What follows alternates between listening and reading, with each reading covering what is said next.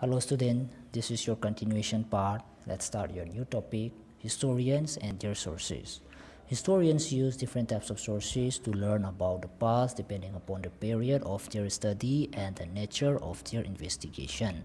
Some of their sources are coins, inscription, architecture, and textual records for information. Historian mayamna history nainaba matamda kari-karigi mateng lauge haiba matamda coins, inscription, architecture, and textual record. Masigi mateng nani historian mayamjingna history nainaba matamda makoina mateng lauribasi. But in medieval period, the paper gradually become cheaper. Medieval period sidadi paper se aduki matik hong na phangeba. Aduna paper se aduki matik hong na phangabanina, people use paper to write holy texts, chronicles of rulers, letters and teaching of saints, petitions and judicial records, and for register of account and taxes.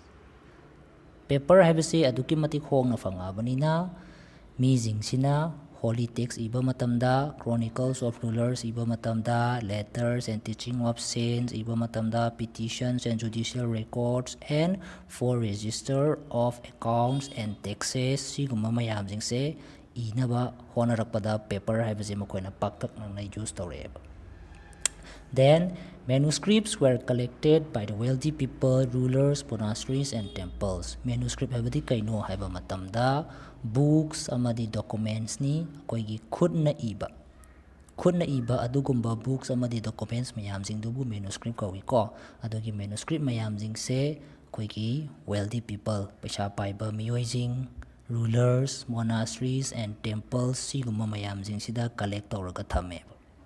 Aduga they were placed in libraries and archives. Hujiki manuscript mayamjing se libraries natraga archives ta store tawraga thame. Archives habati kaino haiba matamda a place where documents and manuscript are stored. Si khangjalu ko archives is important way.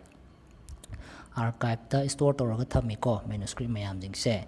These manuscripts and documents provide a lot of detailed information to historian. Hujiki khudna iba adugumba manuscript mayamjing se siju apart from coins, inscription, architecture, and textual records hujiki hariba manuscript habasishu information about history launaba honabada yamna helpful oyeba historian mayamjingda. And there was no printing press in those days, so scribes copied manuscripts by hand. Hujiki hariba matamsida printing press leiramdeba. Aduna manuscript mayamjing se scribe hariba miyoijing sina khudna oina copy taweb. Scribe habadi kanano haiba matamda manuscript jing sibu khudna iriba miyoijing do makoibu scribe kawi ko. Amuka halake ay scribe habadi manuscript iriba miyoijing dubu scribe kawi aduna printing press leiramdabanina scribe mayamjing sina manuscript irakpa matamda khudna oina iba makoina. So as scribe copied manuscript, they also introduced small changes. A word here, a sentence here. Aduna khudna irakpanina scribe mayamjing sina manuscript copy torakpa matamda makoina khara anau kitang change tawthokpa dum yaweba. Haibadi word tani khangde, sentence tani khangde makoina handwritten oina ithorakpanina printing press ta direct xerox tawba natabanina khudna sillaga sum lakpanina makoina anau word anau sentence kara sum introduce tawraeba ngasai scribe jingsina manuscript copy torakpa matamda. Aduna hojiki these small differences grew over centuries of copying. Aduna makoina sumaina kara sum semdoga sum lakpanina centuries waina makoina copy tawraga sum lakpanina ihan hana leiramiba adugumba manuscript mayamjing se sidagi century naina copy tawraga sum lakpa matamdadi ahongba jingse sum hengalaeba khenabas scribe manuscript amaga gi differentiation se adum phangeba. aduna manuscript mayam jingse scribe jingsina silakpa matamda handwritten oina copy torokpanina manuscript amadagi amada copy torokpa matamda makoina khara sum ahongba change khara sum hapsalakpanina manuscript ihan hana leiramiba manuscript tudagi later century da phangakpa manuscript sina hanagi manuscript tudagi totally different oirakpagi pot totally different oirakpa natragasu differentiation gi mamidi khara sum tarakpanina historians have to read different manuscript versions of the same text to guess what the author had originally written. Haibadi manuscript mayam jingse amaga different warakpanina historians mayam jingsina have to read different manuscript version. Historian mayam jingsina manuscript version je amakhaktang paraga toktaba different manuscript version je makhoi paba mathau tae karigino haiba matamda to guess what the author had originally written. Ngasaigi author duna originally oina iramba manuscript tadi kari hairamge habase khangnanabagidamata historian mayam jingsina different version of manuscript makoi paba mathau tai. I hope you all understood up to this. Now look here. The 14th century chronicler Ziauddin Barani wrote his chronicle first in 1356 and another version 2 years later. Ziauddin Barani hariba 14th century chronicler sina magi ihan hanba chronicle se 1356 da irami ko aduga ani shuba version sina 2 years later sahi ani ge matungda amo irameba.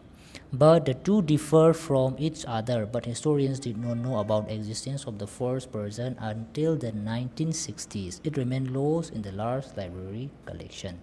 Ziauddin Barani hariba 14th century chronicler sina iramiba mahaki chronicle ihan hanbase 1356 sa iko aduga ani suba second version sina 1356 tagi 2 years later lairaga ibaneba adubu historian mayam jingsina di magi first version se 1960 daneba khangis maramdi hujikki hariba magi first version se koigi library gumba large collection adudai du namjallaga lairubana mayamna khangdabaneba aduna historian mayam jingsina ihan hana makoina paribase Ziauddin Barani gi mahaki second suba version sineba paris adubu 1960 da magi first version se amuk phange aduna hujiki same author oiriba Ziauddin Barani hariba mayoi sina iriba mahaki chronicle ani se asaigi first version and second version se compare toba matamda totally different oeba adunani historian mayam jingsina manuscript version paba matamda different type of manuscript version they have to read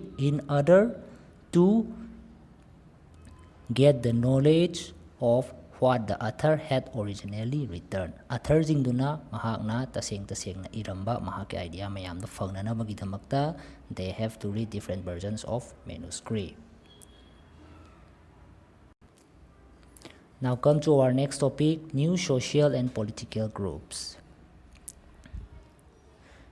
Hujiki topic sidasu akoi kari da changes lake haibada akoi mayam ama uba fangani ko hujik.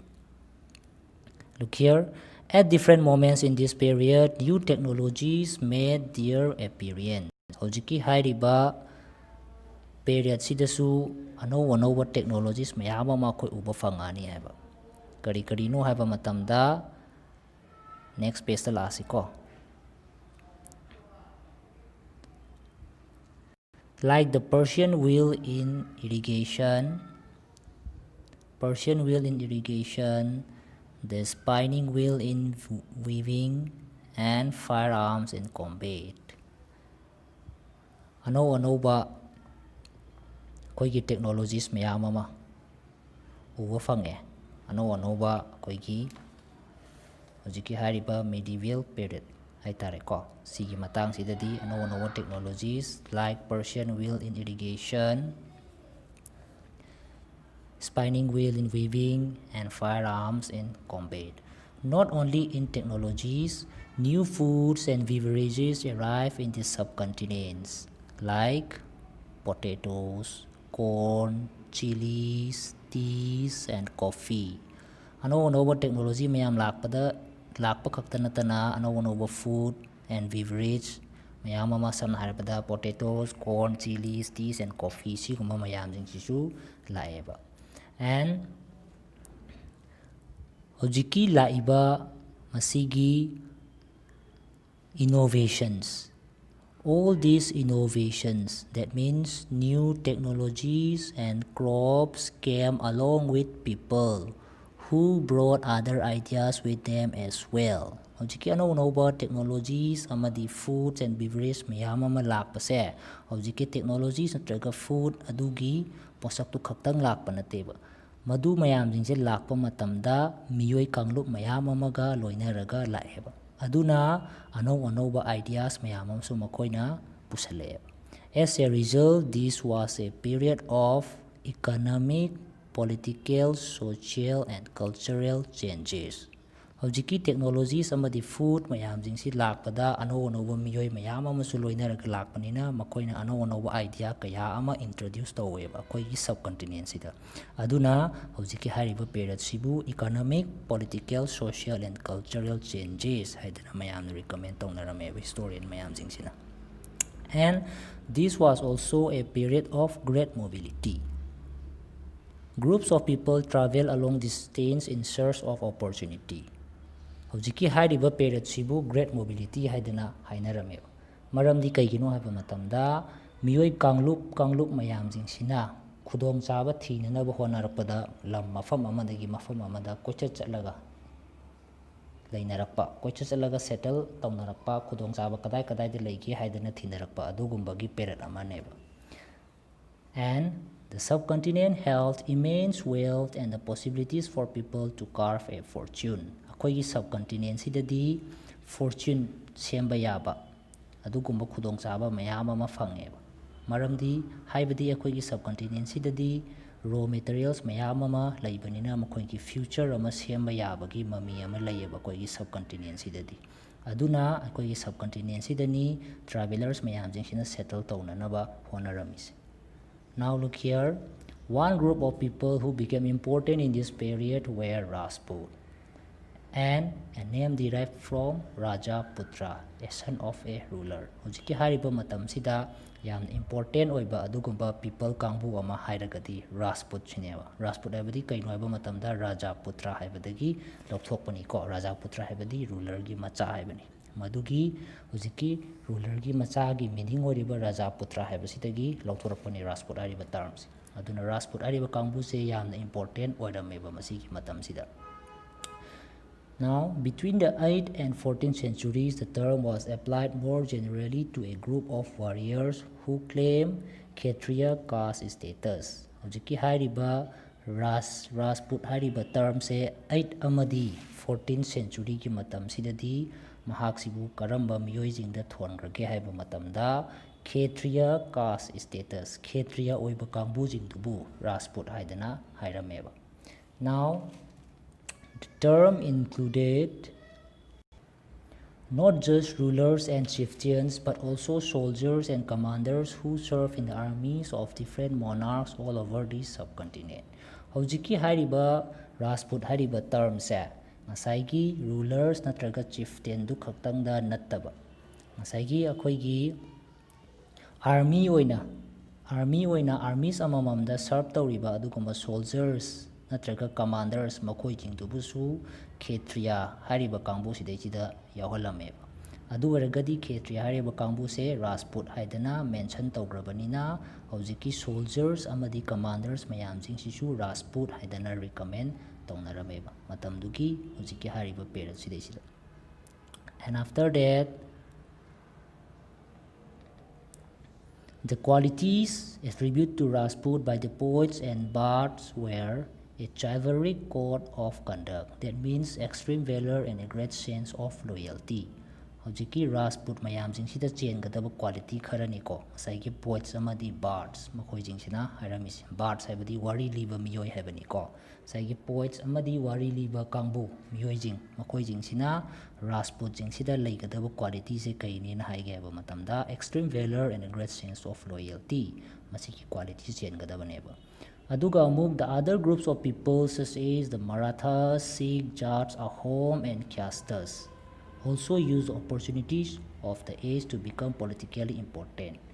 Rajput nataba Maratha, Sikh, Jat, Ahom and Khyastas makhojingsisu khudong chabase aduki matik makhoichu launanaba honarameba karigidamakta to become politically important. Now, throughout this period, there was a gradual clearing of forests and the extension of agriculture, a change faster and more complete in some areas than in others.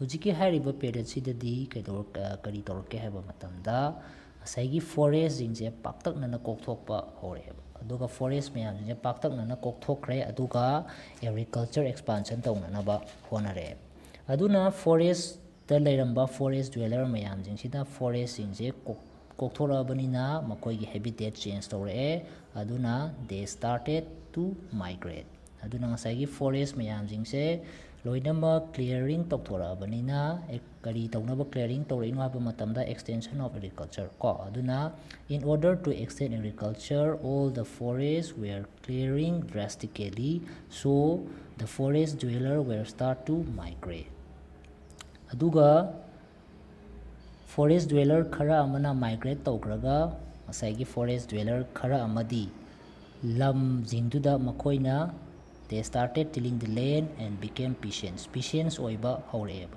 low uba khara amana migrate tawgre ko aduga lehoriba khara duna low uba peasants oiba haureeba aduga sigi da hojiki peasants group oina form tawreiba kangbu mayam jingse sidaisida regional markets, chieftains, priests, monasteries and temples makoina khut thingjanba haureeba adudagidi hujiki hairiba regional market, chieftains, peasants, monasteries and temples makoina khut thingjanba haurakpadagidi hujiki peasants mayam jingsigi makoigi life sidaisida complex oiba society amada makoise participate tawreeba karigidamaktano haiba matamda makoigi ngasaigi local lords mayam jingsida makoi jingsina tax thiba mathau tare aduga makoigi chakthung piba mathau tare hojiki peasants mayam jingsina kyan tarani ko so as a result significant economic and social differences emerge amongst peasants hojiki peasants oina laiba mayam jingse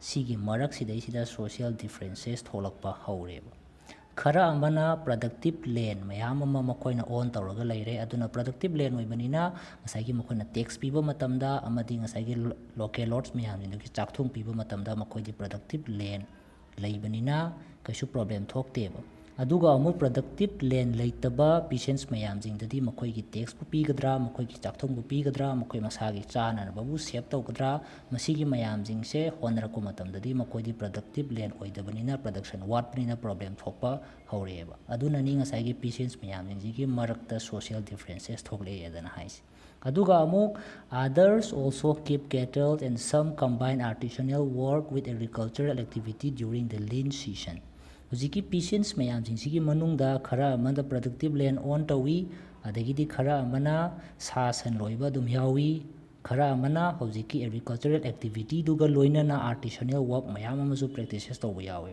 aduna hujiki peasants mayam jingsida asaigi regional market chieftain priests monasteries and temples makoina khut hek thingchalakpadagidi hujiki peasants mayam jingi manungda social differences ki problem tholakpa haureba so as society became more differentiated people were grouped into jatis or subcastes and rank on the basis of their backgrounds and their occupations hojiki social differences lakpadagidi kari tawrake aba matamda miyoi jingsibu makoina jatis natraga subcaste haidana khaidorakpa haure and rank makoi jingsibu rank 9 mathang manau 9 khaidorakpa haure karita base tawraga makoigi backgrounds and their occupations makoigi background amadi occupation duda yengaga miyoi jingsibu makoina jatis natraga subcaste haidana khaidorakpa haurakhreba swaigi matamdagidi and ranks were not fixed permanently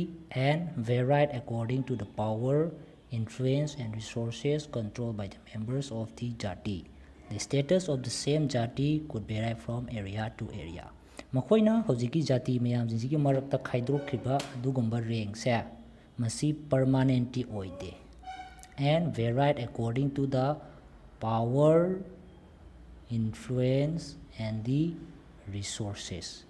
ꯔꯦꯡꯁꯤꯡꯗꯣ ꯄꯔꯃꯥꯅꯦꯟꯇꯤ ꯑꯣꯏꯗꯦ ꯃꯈꯣꯏꯁꯤꯡꯁꯤ ꯃꯈꯣꯏꯅ hall ꯇꯧꯔꯒ ꯂꯩꯔꯤꯕ power influence and resources ꯀꯅꯥꯅ member of the ꯖꯥꯇꯤꯒꯤ ꯉꯁꯥꯏꯒꯤ ꯃꯈꯣꯏꯅ ꯈꯥꯏꯗꯣꯛꯑꯒ ꯂꯩꯈꯤꯕ ꯑꯗꯨꯒꯨꯝꯕ ꯁꯕꯀꯥꯁ ꯃꯌꯥꯝꯁꯤꯡꯗꯣ ꯃꯗꯨꯒꯤ ꯃꯦꯝꯕꯔ ꯃꯌꯥꯝꯁꯤꯡꯗꯨꯅ ꯀꯟꯇ꯭ꯔꯣꯜ ꯇꯧꯔꯒ ꯂꯩꯔꯤꯕ ꯃꯈꯣꯏꯒꯤ ꯄꯥꯋꯔ ꯏꯟꯐ꯭ꯂꯨꯌꯦꯟꯁ ꯑꯃꯗꯤ ꯔꯤꯁꯣꯔꯁꯦꯁ ꯃꯗꯨꯒꯤ ꯃꯈꯥ ꯄꯣꯟꯅꯅꯤ ꯃꯈꯣꯏꯅ ꯐꯤꯛꯁ ꯇꯧꯔꯛꯀꯗꯧꯔꯤꯕ ꯑꯗꯨꯒꯨꯝꯕ ꯔꯦꯡ ꯃꯌꯥꯝꯁꯤꯡꯁꯦ ꯉꯁꯥꯏꯒꯤ ꯃꯈꯣꯏꯒꯤ ꯔꯦꯡ ꯃꯌꯥꯝꯁꯤꯡꯁꯦ ꯕꯦꯛꯒ꯭ꯔꯥꯎꯟ ꯑꯃꯗꯤ ꯑꯣꯀꯨꯄꯦꯁꯟꯗ ꯌꯦꯡꯉꯒ ꯈꯥꯏꯗꯣꯔꯛꯀꯅꯤ ꯍꯥꯏꯈꯤꯗꯅ ꯑꯗꯨꯕꯨ ꯃꯈꯣꯏꯅ ꯈꯥꯏꯗꯣꯔꯛꯏꯕ ꯑꯗꯨꯒꯤ ꯔꯦꯡ ꯃꯌꯥꯝꯁꯤꯡꯁꯦ ꯄꯔꯃꯥꯅꯦꯟꯇꯤ ꯑꯣꯏꯗꯦꯕ ꯃꯈꯣꯏꯅ ꯀꯟꯇ꯭ꯔꯣꯜ ꯇꯧꯔꯒ ꯂꯩꯔꯤꯕ ꯄꯥꯋꯔ ꯏꯟꯐ꯭ꯂꯨꯌꯦꯟꯁ ꯔꯤꯁꯣꯔꯁꯦꯁꯇꯣ ꯃꯗꯨꯒꯤ ꯃꯈꯥ ꯄꯣꯟꯅ ꯚꯦꯔꯥꯏꯇꯤ ꯑꯣꯏꯌꯦꯕ and the status of the same jati could vary from area to area ꯖꯥꯇꯤ ꯃꯌꯥꯝꯁꯤꯡꯁꯤꯒꯤ ꯃꯈꯣꯏꯒꯤ ꯁ꯭ꯇꯦꯇꯁꯁꯤꯁꯨ ꯑꯦꯔꯤꯌꯥ ꯑꯃꯒ ꯑꯃꯒꯒꯤ ꯃꯔꯛꯇ ꯗꯤꯐ꯭ꯔꯦꯟ ꯑꯣꯏ ꯑꯣꯜ ꯑꯣꯚꯔ ꯑꯦꯔꯤꯌꯥꯗ ꯁꯦꯝ ꯑꯣꯏꯕ ꯑꯗꯨꯒꯨꯝꯕ ꯁ꯭ꯇꯦꯇꯁꯇ ꯊꯝꯕꯗꯨꯗꯤ ꯊꯝꯗꯦꯕ ꯀꯔꯤꯗ ꯕꯦꯁ ꯇꯧꯒꯦ ꯍꯥꯏꯕ ꯃꯇꯝꯗ ꯃꯈꯣꯏꯅ ꯀꯟꯇ꯭ꯔꯣꯜ ꯇꯧꯔꯒ ꯂꯩꯔꯤꯕ ꯄꯥꯋꯔ ꯏꯟꯐ꯭ꯂꯨꯌꯦꯟꯁ ꯑꯦꯟ ꯔꯤꯁꯣꯔꯁꯦꯁꯇꯣ ꯃꯗꯨꯗꯩꯗꯨꯗ ꯕꯦꯁ ꯇꯧꯔꯒ ꯈꯥꯏꯗꯣꯛꯑꯦꯕ and jatis frame their own rules and regulations to manage the conduct of their members. These regulations were enforced by an assembly of elders described in some areas as the Jati Panchayat. Jatis mayamsingdi makoigi rules and regulations makoi masana frame taujayeba. Karigidamaktano makoigi manage the conduct of their members. Jati gi members mayamsingsibu control taunanaba makoigi rules and regulations jati makoi masana adum frame taujayeba.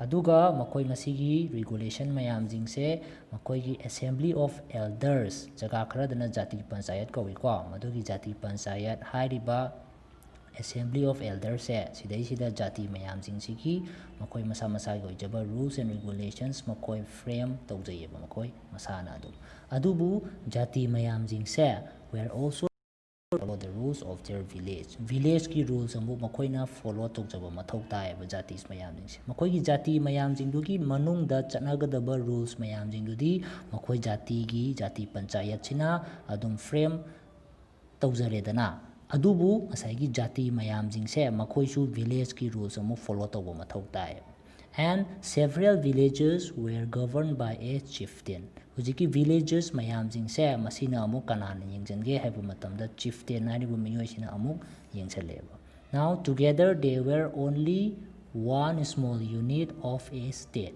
hujiki chieftain villages adudagidi jatis makoi mayamsingsina punjalaga kari semge haiba matamda small unit of a state macha ama haibase makoina sumaina frame tawraga semgadawribne. I hope you all understood up to this.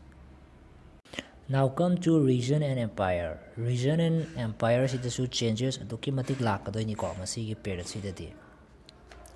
So look here. Large states like those of Cholas, Tukluk or Mughals encompass many regions. Koigi Cholas hariba atagi Tukluk Mughals ko makoi jingsibu jaga kaya ama makoina control tawe dana haeba aduna makoi sibu kari haidana su kawbe akoina pan regional empire haidana su haibe yai ko maramdi makoina conquest tawraga leiramiba lamje duki matik yam khreba makoina. Now look here.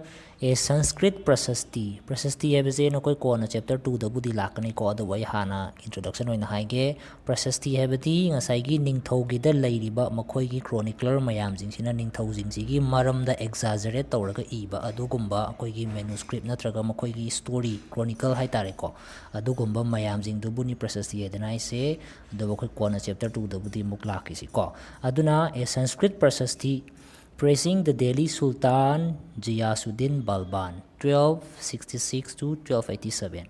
Hojiki hariba Sanskrit prasasti amada Delhi gi Sultan Ghiyasuddin Balban hariba miyoise mahaki maramda makoina Sanskrit prasasti da kari hairamge haba matamda he was the ruler of a vast empire that stretched from Bengal in the east to Ghazni in Afghanistan in the west. Hojiki Sanskrit prasasti sida Delhi Sultan Ghiyasuddin Ghiyasuddin Balwanna mana control taramiba lamse East Bengal dagi hauragana West Afghanistan bok mahakna control tawrami hedana hairami ko aduga amuk South mana control tawrami se Dravida sibok mahakna control tawrami hedana hai aduga people of different regions Goda, Andhra, Kerala, Karnataka, Maharashtra and Gujarat apparently fled before his armies hujiki hariba jaga jingsida lairiba miyoi jingse mahaki army jingi mamangda